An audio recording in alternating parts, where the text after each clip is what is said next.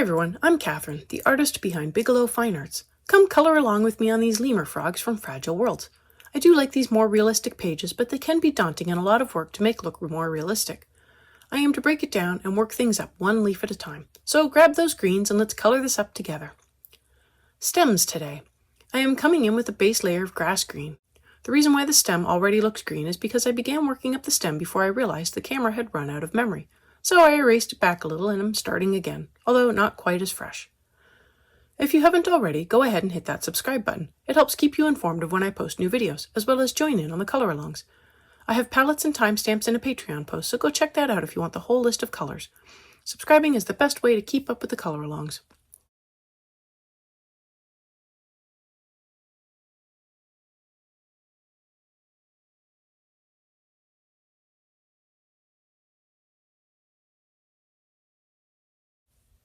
To begin giving the stem some shape, I am coming in with the permanent green and adding in a layer where the stem is in shadow or curving away from the light. There are line markings in the art to help guide me, making some of the darker areas apparent. I'm also making sure the left side of the stem also gets more layers as it will be darker.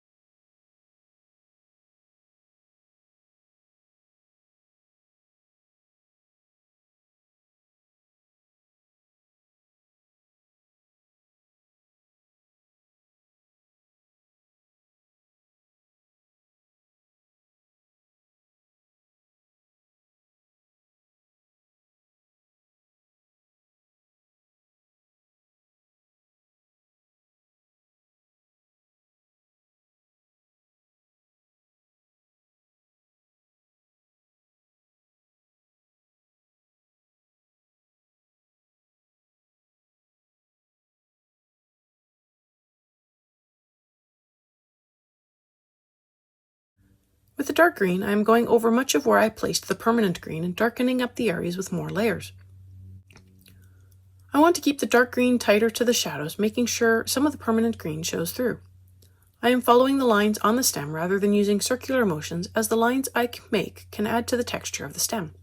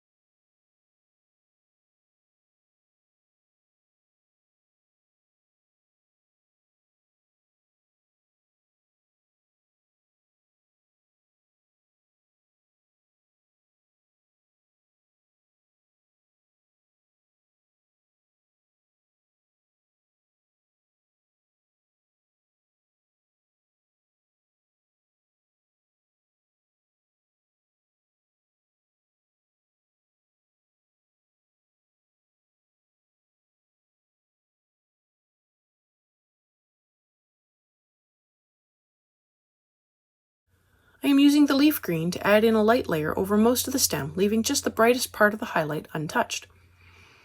I add in more layers to the darker areas and blend out with light layers as the stem curves around to the light.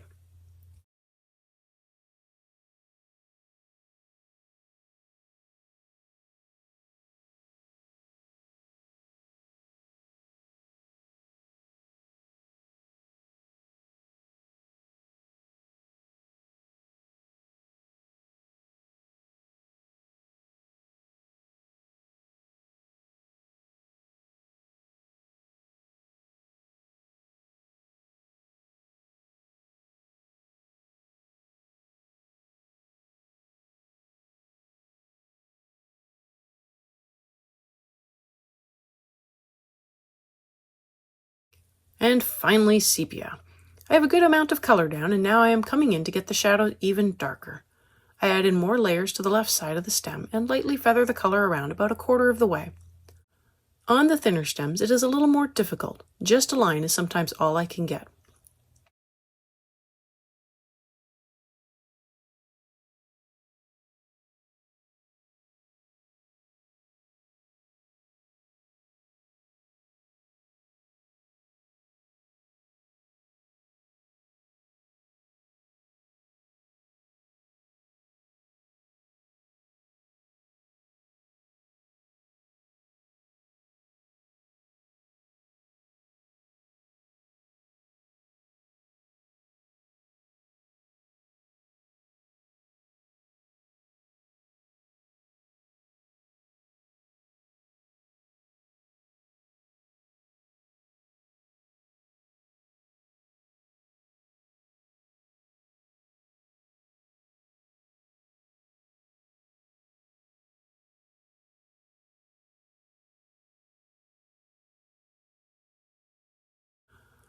I come back in with the permanent green and begin blending and layering in more color to refine and fill. All the colors are in place at this point, so I want to darken up the colors with more light layers, which will also blend the colors together and fill in the paper more.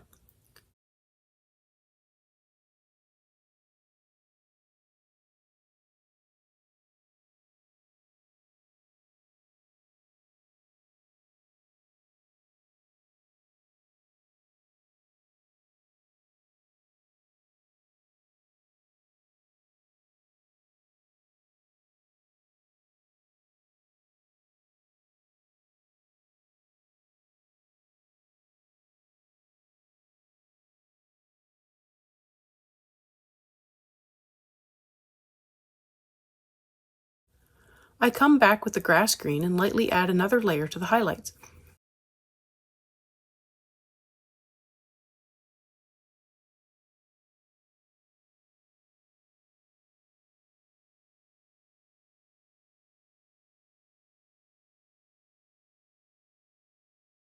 More dark green to darken and refine the shadows even more. I am focused on tightening up the shadows, getting the blend smooth, and making sure the darkest part of the shadow is as dark as I need it to be for the contrast to make it pop.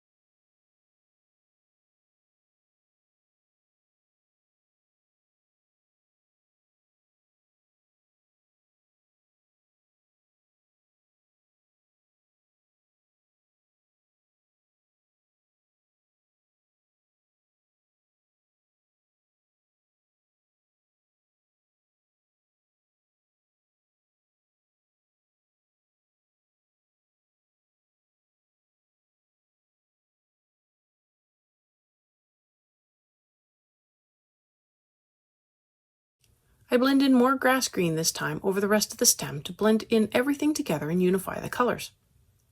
If you've made it this far and have enjoyed coloring along with me or just watching these stems come together, I'd appreciate it if you give me a like and subscribe to stay informed of when I post more videos. It really helps me out. Check out my blog posts on Patreon. I have a short write-up, my palettes, and a list of the chapter breaks, and they're available for everyone. If you have any questions or page requests, please leave them below or reach out to me on social media.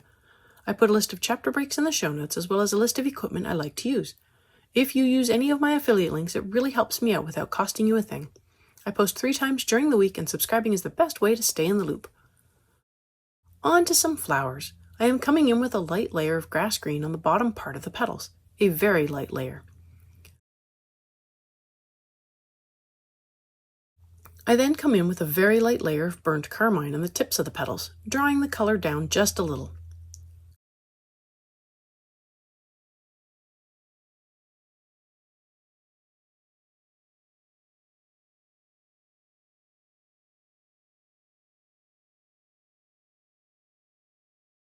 I blend the rest of the flower with the light flush, keeping the layer light.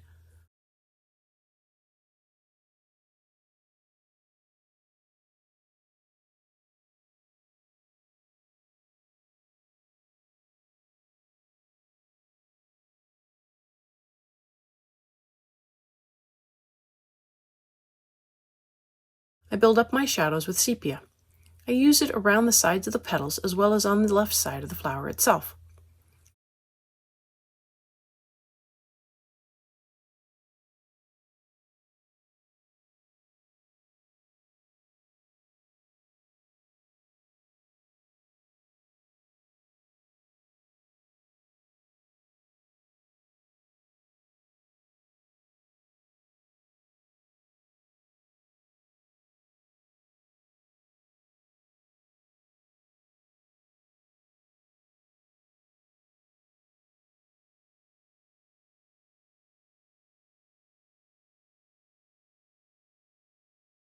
I add in another light layer of grass green to the bottom of the flower to draw the color up more.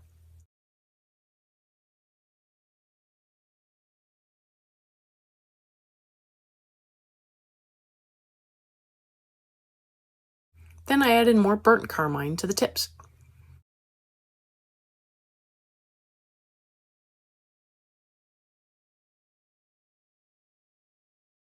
I blend all that together with more light flush, keeping it mostly to the top and middle of the petals. I want the bottom to remain light green, while the tops are a light pink, gently fading into a darker pink at the tips.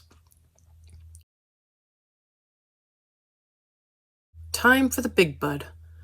I again start with a base layer of the grass green at the base of all of the petals.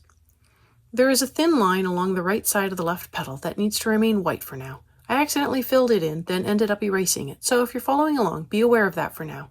It's also on the other petal on the right.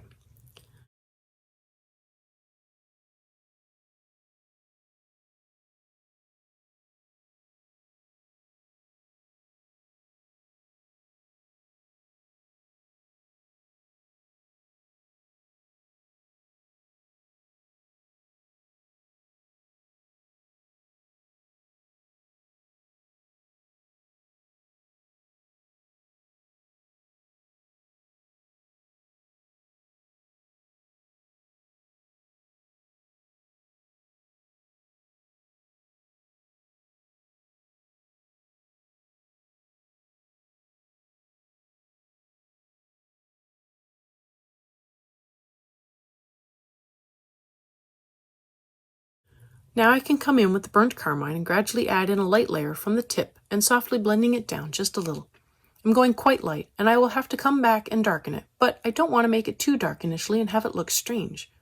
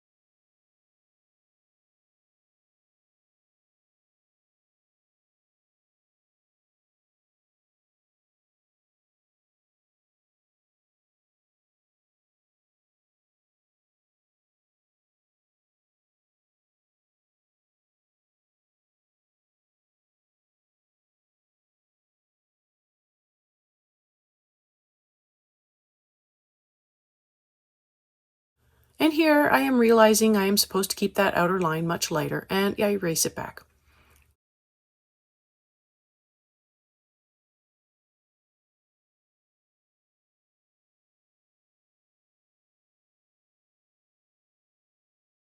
I now come in with the light flush and blend in with the carmine, as well as fill in the in-between spaces where I didn't put the burnt carmine. I want to gently blend it down partially into the green, enough to not have a sudden change of color, but not so much that I lose that green aspect at the base of the petal.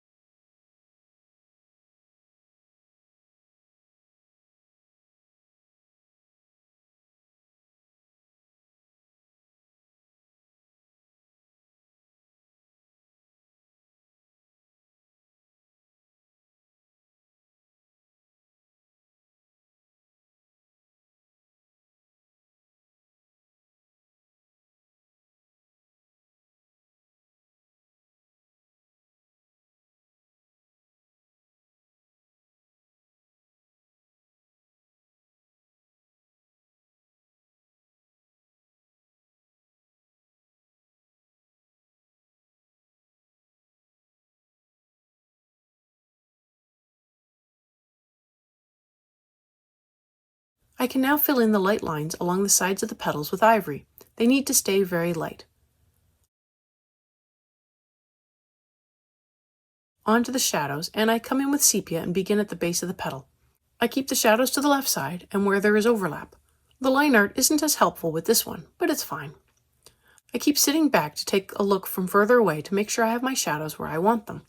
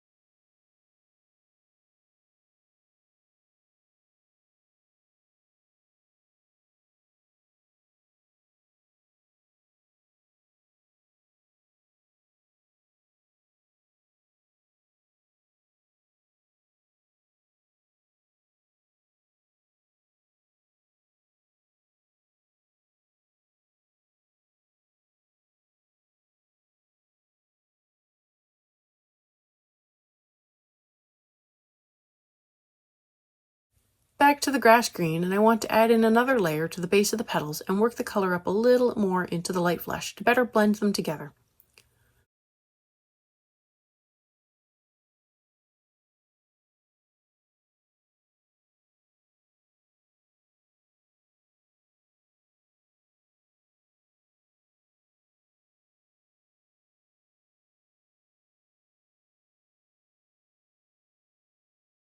I come back in with the light flesh to also add in another layer and help with the blend. I don't want a harsh transition from green to pink. I want it to be hard to tell where one color fades into the other.